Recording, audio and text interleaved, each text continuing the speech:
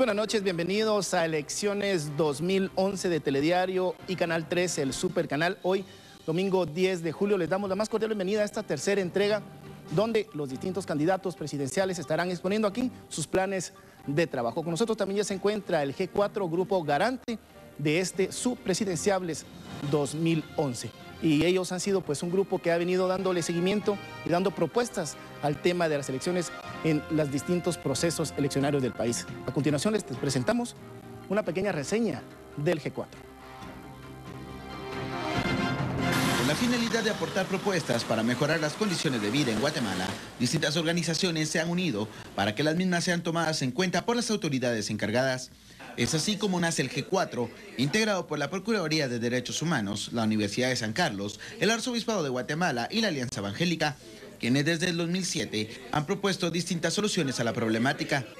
Como parte de esto ahora, usted tiene la oportunidad de conocer cuáles son los planes de los distintos candidatos que buscan ocupar la silla presidencial por los próximos 4 años, esfuerzo que el G4 junto a Telediario y Canal 3 llevan a sus pantallas. No se trata aquí de que nos sigan diciendo como es cuando están delante de la gente que presentan cosméticos, sino realmente cuáles son las estructuras en las cuales ellos han pensado para bien de nuestra Guatemala. Creo que es realmente un ejercicio muy importante que le permite a las personas formarse una idea de quién debe ser el candidato de sus preferencias. Y para que el voto que van a ejercer nuestros ciudadanos sea un voto muy razonado, muy inteligente, y que ellos puedan ver en estos foros no solamente los planes y las propuestas de los candidatos, sino a la persona del candidato. Los candidatos están listos y las preguntas también.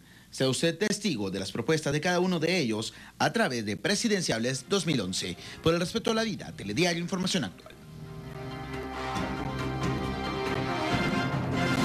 Esta noche en Presidenciables 2011, el ingeniero Mario Estrada de la Unión del Cambio Nacionalista. A continuación le presentamos su biografía.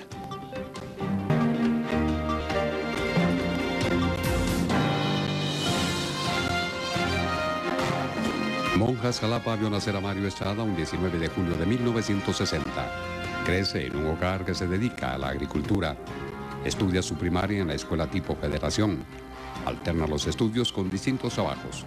Los básicos los cursa en el Instituto Nacional para Varones y se gradúa de bachiller en Ciencias y Letras en el Colegio Moderno Jalapaneco. Se traslada a la capital donde continúa sus estudios superiores y se gradúa de ingeniero industrial en la Universidad de San Carlos. Laboró en el Ministerio de Finanzas Públicas y después de 10 años llega a director administrativo. Laboró en el Ministerio de Finanzas Públicas y después de 10 años llega a director administrativo. Actualmente se desempeña como empresario. En el ámbito político, en el año 1999, es electo como diputado y en el 2013 reelecto para proseguir en el legislativo como representante de Jalapa. En el gobierno de Alfonso Portillo dirige la Secretaría de Desarrollo Social Cedesol. Después de varios años consolida el Partido Unión del Cambio Nacionalista, UCN. En el 2007 participa como candidato a la presidencia por ese partido.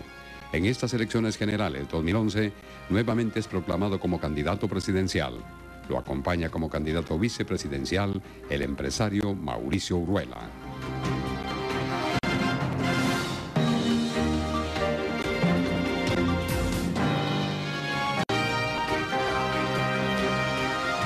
Enseguida volvemos, vamos a una pequeña pausa. Ya viene Presidenciables 2011.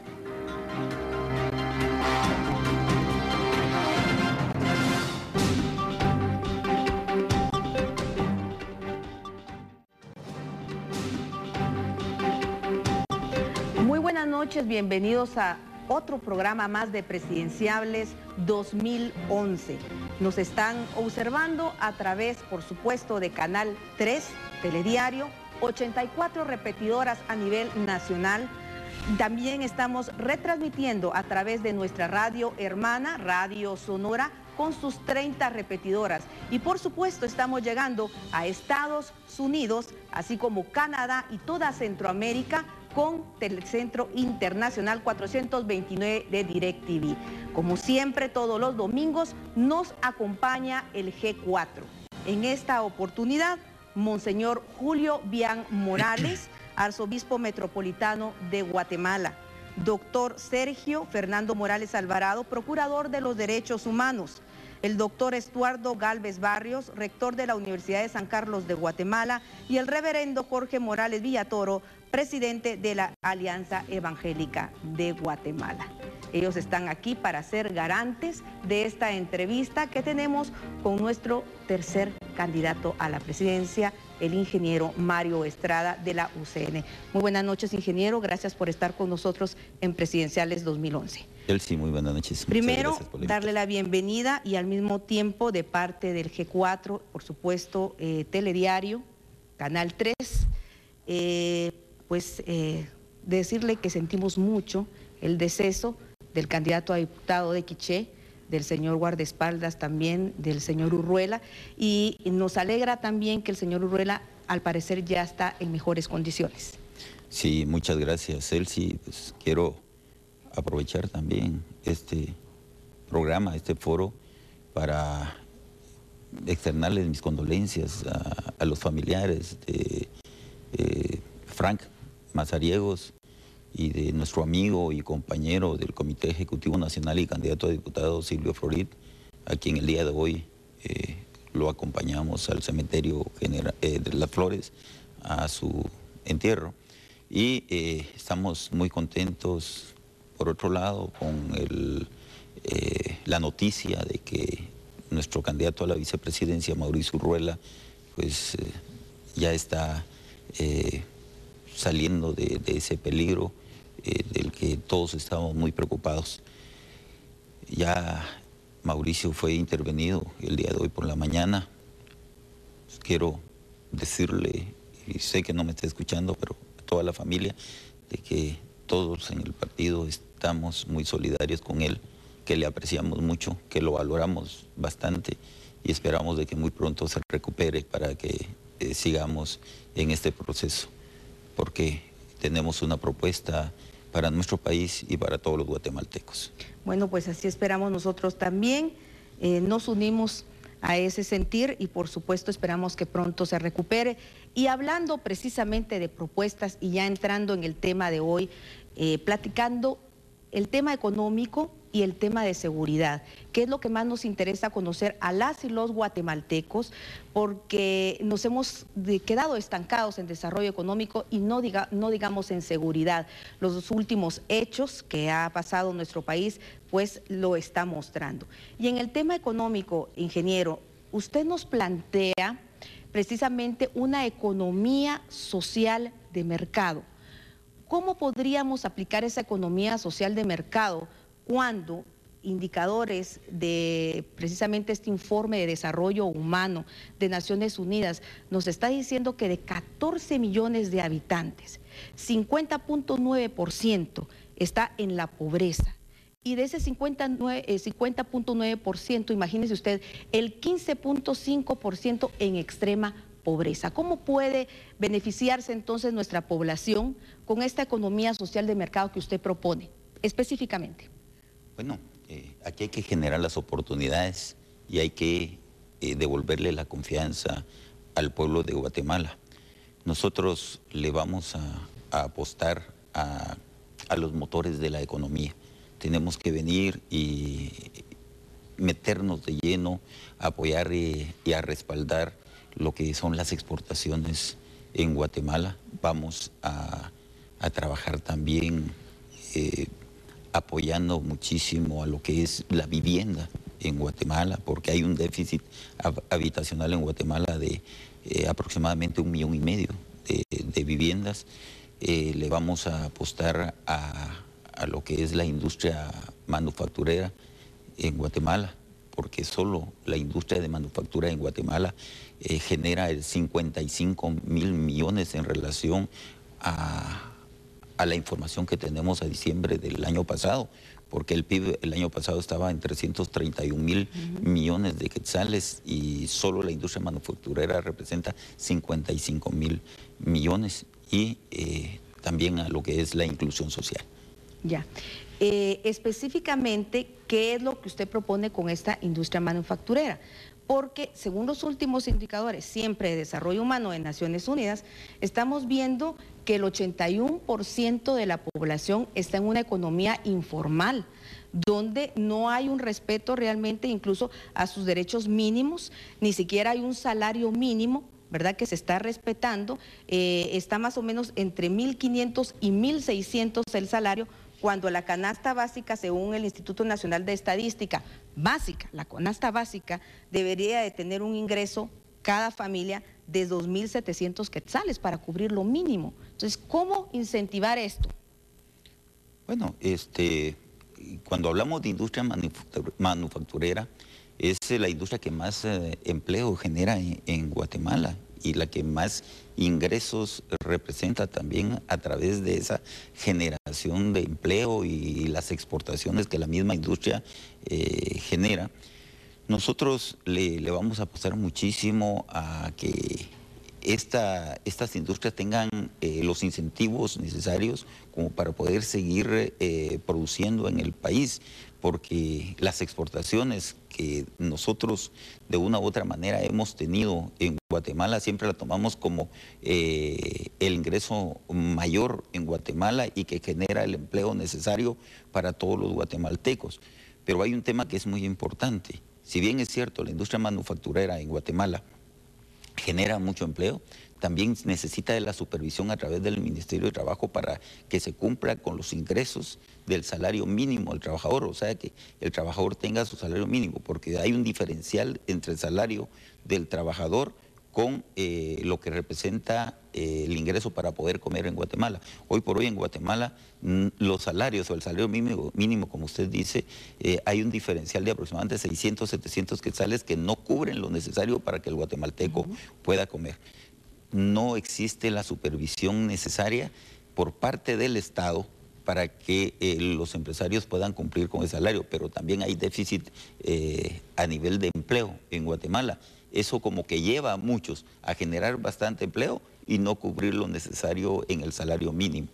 En Guatemala hay una desigualdad muy grande y la desigualdad también se da en el ingreso. Y el ingreso hoy por hoy no se está cumpliendo como debería ser. Es obligación del Estado también establecer los medios de control para que se cumpla con ese salario mínimo. ¿Cuáles serían esos medios de control que usted aplicaría si estamos viendo, y lo hemos platicado en otras oportunidades con otros candidatos? Imagínese, estamos hablando de 1.600.000 dólares solo de lo que no se paga, de lo que se deja de pagar, ¿verdad?, por parte de gente que está de alguna manera faltando a lo fiscal en nuestro país. ¿Cómo usted pretende llevar ese control si la SAT realmente no reúne los requisitos para poder realizarlo? No lo ha logrado. Bueno, el control, estamos hablando del control de ingresos a nivel salarial para que el guatemalteco pueda comer.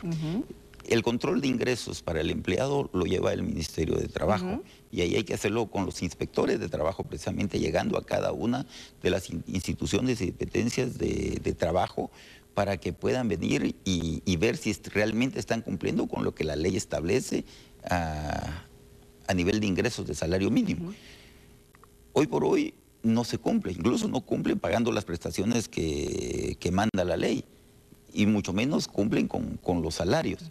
¿Cómo piensa usted lograrlo, ingeniero? Si más o menos el 41% de las empresas privadas en nuestro país no pueden ser fiscalizadas precisamente por esa falta de elementos, implementos y por supuesto un presupuesto en el Ministerio de Trabajo.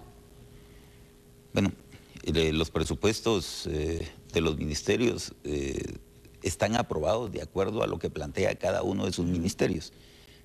En el Congreso se ajustan los presupuestos. Algunas veces hay ajustes que son injustos, porque cada una de las instituciones del Estado presenta un presupuesto para poder cubrir todas las demandas del año para la subsistencia de ese ministerio y para poder cubrir lo necesario en cuanto al número de empleados y también al ingreso del empleado. Yo creo que en este caso, el ingreso tiene que ser también basado a la recaudación que establece la SAT para poder cubrir el presupuesto. Se dan estos problemas porque también tenemos un presupuesto deficitario.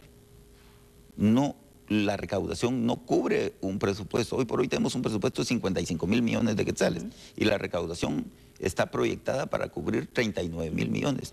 tenemos un déficit presupuestario de 16.000 millones y eso hay que cubrirlo con préstamos. Entonces estamos endeudando al Estado.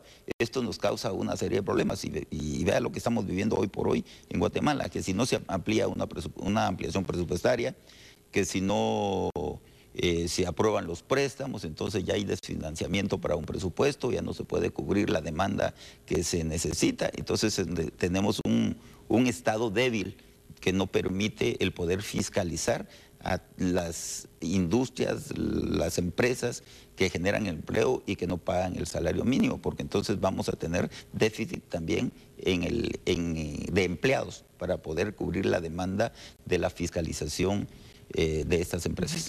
Ingeniero, ¿endeudar más al país o incrementar los impuestos para que usted pueda obtener el presupuesto necesario y poder sacar adelante a Guatemala?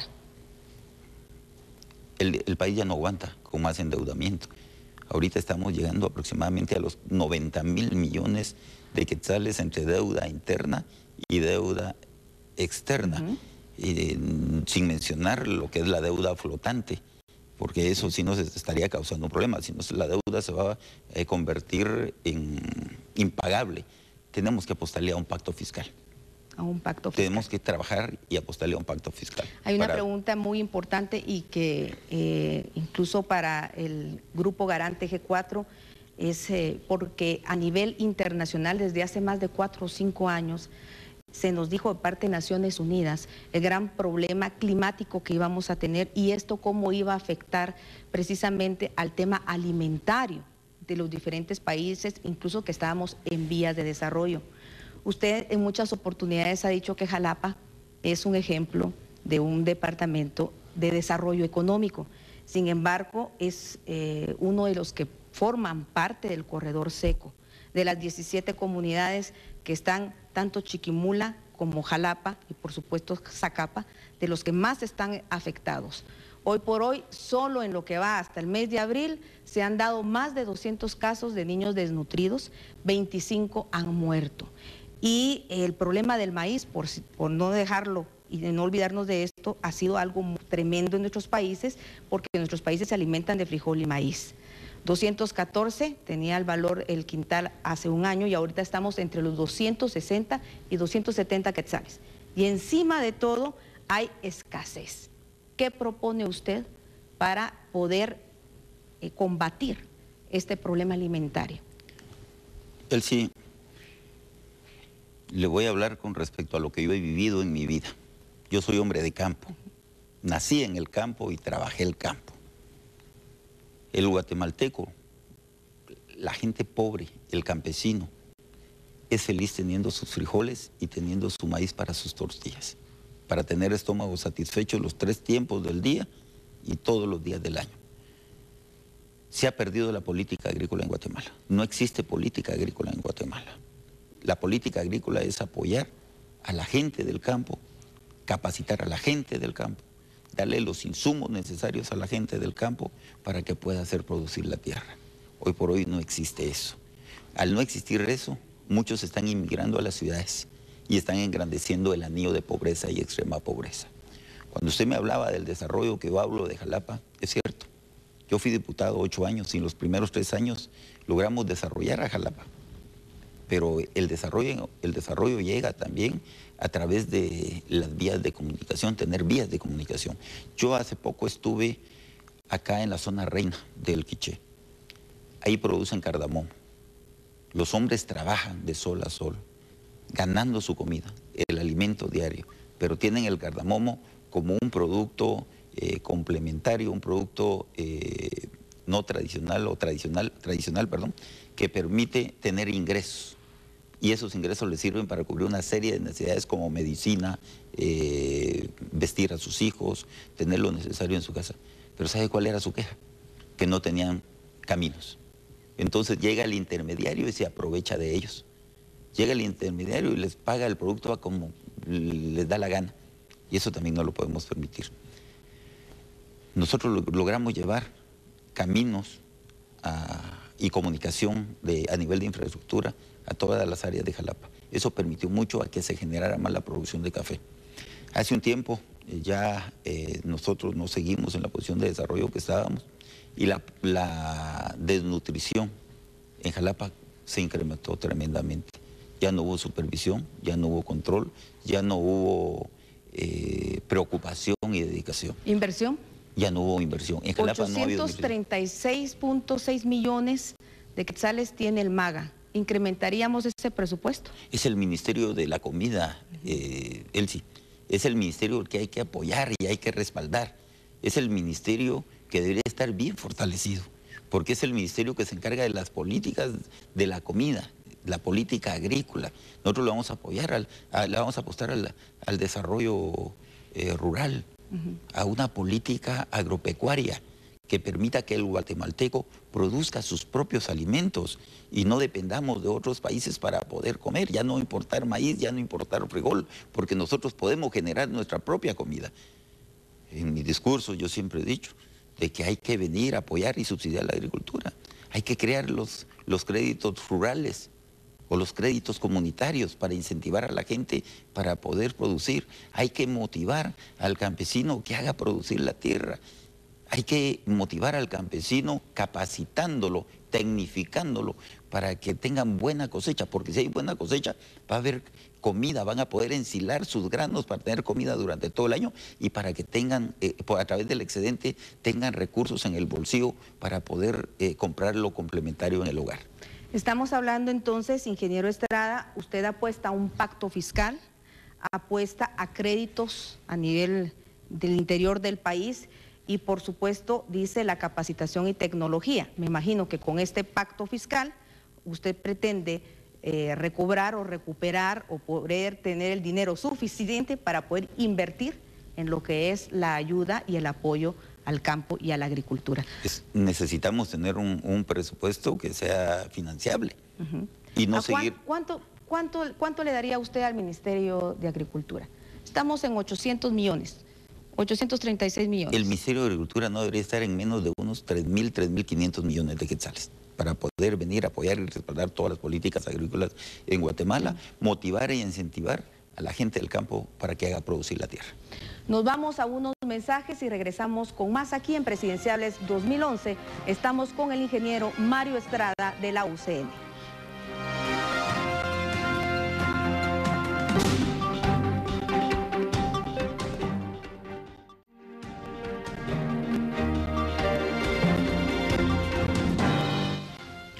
Estamos ya de regreso con ustedes aquí en Presidenciables 2011 con el ingeniero Mario Estrada de la UCN y ahora rápidamente pasamos al tema de seguridad. Ingeniero, como usted sabe, la falta de seguridad, la violencia que impera en nuestra sociedad, los últimos hechos que se han dado en nuestro país pues son un ejemplo de esto, ha sido uno de los problemas más grandes que tiene nuestro país. Según datos de la Procuraduría de los Derechos Humanos, solo en los últimos 3 años van más de 25.000 muertes. Y en este año electoral, en este proceso electoral, son 81 hechos violentos y de los cuales 31 muertes violentas se han dado precisamente de tipo político. ¿Qué piensa hacer su gobierno, la UCN, para mejorar estos índices realmente y que Guatemala pueda vivir en un pueblo en paz? Sí, hoy los hogares están viviendo una angustia tremenda, una preocupación, una desesperación, porque ya no se puede vivir con tranquilidad en los hogares, hay desesperación. Lo que hay que hacer en Guatemala, hay que iniciar reestructurando la Policía Nacional Civil. Cuando hablo de reestructurar la Policía Nacional Civil, hay que profesionalizarla más. Hay que mejorar los ingresos de los policías. Hay que equiparlos mejor, porque con el equipo que tienen no le pueden hacer frente a la ola de delincuencia, porque hoy los criminales andan más equipados que la propia autoridad en Guatemala. Hay que modernizar el ejército en Guatemala, un ejército moderno, porque tenemos un ejército en tiempos de paz, respetando, y los acuerdos de paz lo dicen, que se requiere de un ejército moderno y profesional. Hay que profesionalizar. O sea que también para esto se necesita dinero. ¿Piensa incrementar el presupuesto de ellos también? Estamos hablando del pacto fiscal. es que es urgente el pacto fiscal. No podemos seguir así porque vamos a continuar sin recursos. Quisiéramos hacer muchas cosas, quisiéramos resolver muchos problemas. Sin dinero, obviamente no se va a poder, no lo vamos a lograr. ¿Va a crear algún impuesto especial para realmente incrementar el presupuesto de estos? Tenemos que ver hasta dónde la recaudación que tenemos se está trabajando con eficiencia. También hay que eficientar la recaudación. Estamos hablando de 1.600 millones de dólares de dinero que no entra, de evasión de impuestos. Una evasión muy grande, o sea, no hay eficiencia en la recaudación. Aquí hay que preocuparnos, aquí tenemos que hacer un sistema de recaudación mucho más eficiente y también hay que establecer una recaudación mucho más justa y equitativa, porque usted ve pagando los impuestos a la gente con su morral, con su sombrero, a la gente sencilla, a la gente humilde, la gente que no espera una exoneración, la gente que no espera condonación de deuda. Es la gente que siempre cumple con su responsabilidad. Ahora, ¿cómo lo piensa hacer si la SAT ha demostrado que es ineficiente en esto? ¿No tiene los recursos necesarios? Pues hay que, en primer lugar, hay que concientizar a la persona que está en la SAT o que llegue a la SAT. Hay que hacer un compromiso muy grande, porque el compromiso del Estado no solo es venir y también solo poner impuestos, más impuestos, porque al final, le voy a poner un caso, si se incrementara el IVA hoy por hoy, ¿quién es el que termina cumpliendo con la responsabilidad de pagar el IVA? Siempre el de abajo, porque el de abajo viene cuando va a comprar la camisa, el sombrero, el pantalón, ahí va el IVA. Ahora, ¿estarán tributando el IVA los empresarios, los que recaudan el IVA? ¿Estará llegando ese IVA a la SAT? Esa es la primera interrogante. O sea que aquí tenemos que tener una recaudación también mucho más justa. ¿Una reforma fiscal? Hablemos de pacto fiscal. Hablemos de un pacto fiscal y de un pacto social. Yo me llevo también por un pacto social, donde se establezcan compromisos serios. Porque tenemos que pensar que Guatemala es un solo país y todos vivimos en este país. Porque no existe una Guatemala para pobres ni una Guatemala para ricos. Guatemala es un solo país y no existe una Guatemala para indígenas, para ladinos, para xincas, para garífonas. Todos vivimos en un solo país y todos debemos de comprometernos a sacarlo adelante, porque si no nos comprometemos, Guatemala se va a hundir. Esto es como el barco, donde van de primera, de segunda y tercera clase. El día que el barco se hunde, ahí sí que se ahogan todos. Entonces, por eso tenemos que comprometernos todos a cumplir con nuestros compromisos y a luchar por sacar adelante a Guatemala. Regresando al tema de seguridad, ingeniero, ¿usted apuesta por un Ministerio de Seguridad? Sí, pero... ¿Y qué pasaría con el de Gobernación? Sí, yo le apuesto a un Ministerio de Seguridad, pero voy más con la descentralización de la seguridad. Yo preferiría mejor tener 333 ministritos de gobernación. Cuando le digo esto es trasladar la seguridad hacia los diferentes municipios, que la autoridad del municipio se encargue de la seguridad de su municipio. Ahí conocen a la gente que vive en el municipio, pueden venir, controlar, fiscalizar sus movimientos. Que el Ministerio de Gobernación se encargue de capacitar, se encargue de instruir, ¿sí? Se encargue de venir y supervisar el trabajo que ejecuta cada uno de estos pequeños ministros, 333 ministros. ¿Y estamos los guatemaltecos preparados para una descentralización en el interior del país cuando el narcotráfico y el crimen organizado está imperando en nuestro país, principalmente en el interior? Pues debería de darse ya el primer paso. Venimos hablando, y mire, todos los proyectos políticos en Guatemala, desde que yo recuerdo desde 1980 para acá, se viene hablando de la descentralización del Estado. Y yo estoy hablando de la descentralización de seguridad. Claro que sí, claro que se puede hablar de descentralizar la seguridad. Sería mucho más efectiva, porque no estamos centralizando la seguridad del país en una sola persona. Estamos comprometiendo a todo un país a que participe, a controlar, ¿sí?, la seguridad, la tranquilidad de su gente, de su pueblo. Donde hay una participación, me imagino, de la población, ingeniero, porque cuando hablamos, por ejemplo, de las municipalidades del país, imagínese usted, el 39% de estas se les ha localizado que hay realmente una corrupción tremenda. Entonces, al hablar de descentralización, imagínense qué tipo de control tendríamos que tener también en la seguridad interna del país. Hay una cosa que es muy importante, Elsie. El alcalde tiene muchas funciones, pero la estructura municipal tiene varias direcciones. Existen policías municipales en la mayoría de municipios del país.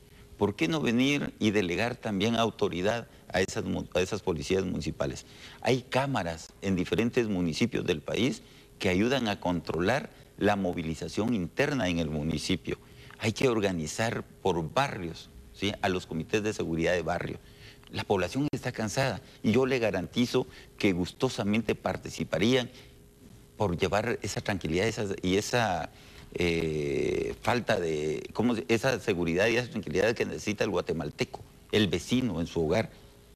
Yo, en lo personal, si me tocara a mí, pues, me tocaría que venir y participar en los turnos que corresponden, porque tenemos que empezar a crear nuestro propio sistema de seguridad, porque el concepto de seguridad no solo es un compromiso del Estado, también es un compromiso del guatemalteco en sí. Si queremos vivir tranquilos, si queremos vivir con tranquilidad, tenemos que participar también para dar nuestro aporte, nuestro granito de arena, para poder controlar el área donde vivimos. Eso implica una mayor inversión.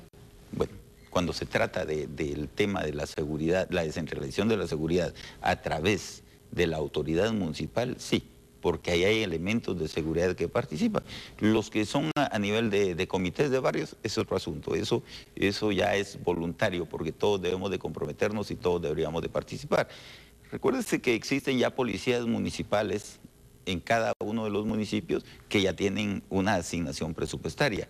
Claro, a la hora de descentralizar la seguridad, el Ministerio de Gobernación tiene que trasladar cierta cantidad de recursos para poder equipar y para poder fortalecer a esas policías que existen en el municipio. Porque si no, caeríamos nuevamente en una policía ineficiente, ¿verdad?, donde se está invirtiendo realmente en personas que requieren mayor capacitación. La capacitación también tiene un costo, ¿verdad?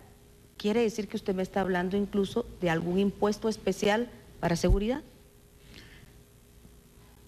Hace poco me enteré que estaban hablando de una cierta cantidad de dinero como un impuesto de seguridad. Es de analizar e interpretar bien si no hay dualidad en la recaudación de impuestos. Pero si todos los guatemaltecos queremos vivir con tranquilidad y creemos que es un impuesto justo, era de analizarlo, interpretarlo y consensuarlo con el pueblo de Guatemala.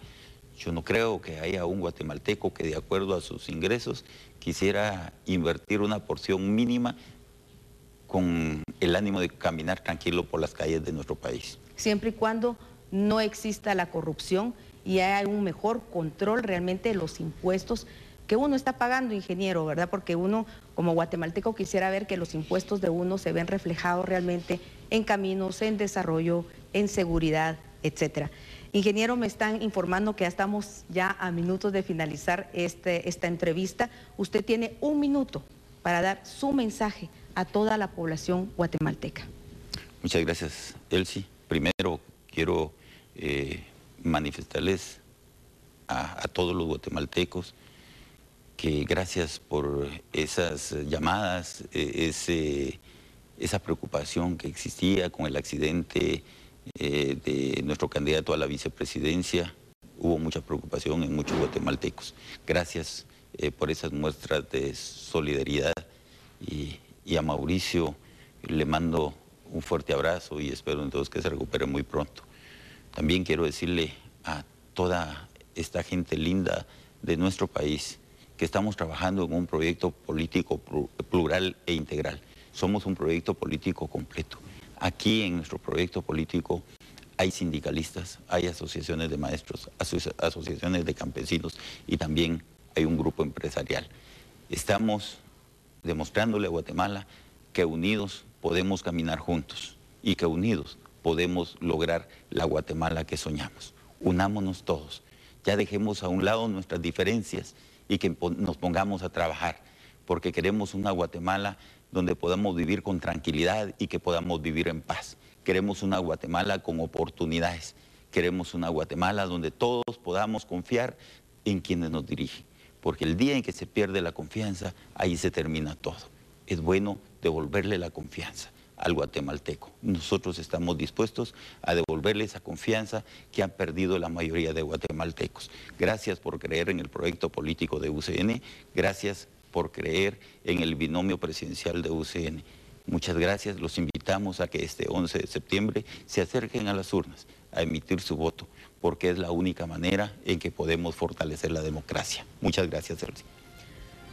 Bueno, hemos llegado al final de este programa Presidenciales 2011. El próximo domingo estará con nosotros la señora Patricia de Arzú del Partido Unionista. Muchísimas gracias a los señores del G4 que son garantes de esta entrevista y a usted, ingeniero, por haber estado con nosotros en Presidenciales 2011. Los esperamos el próximo domingo.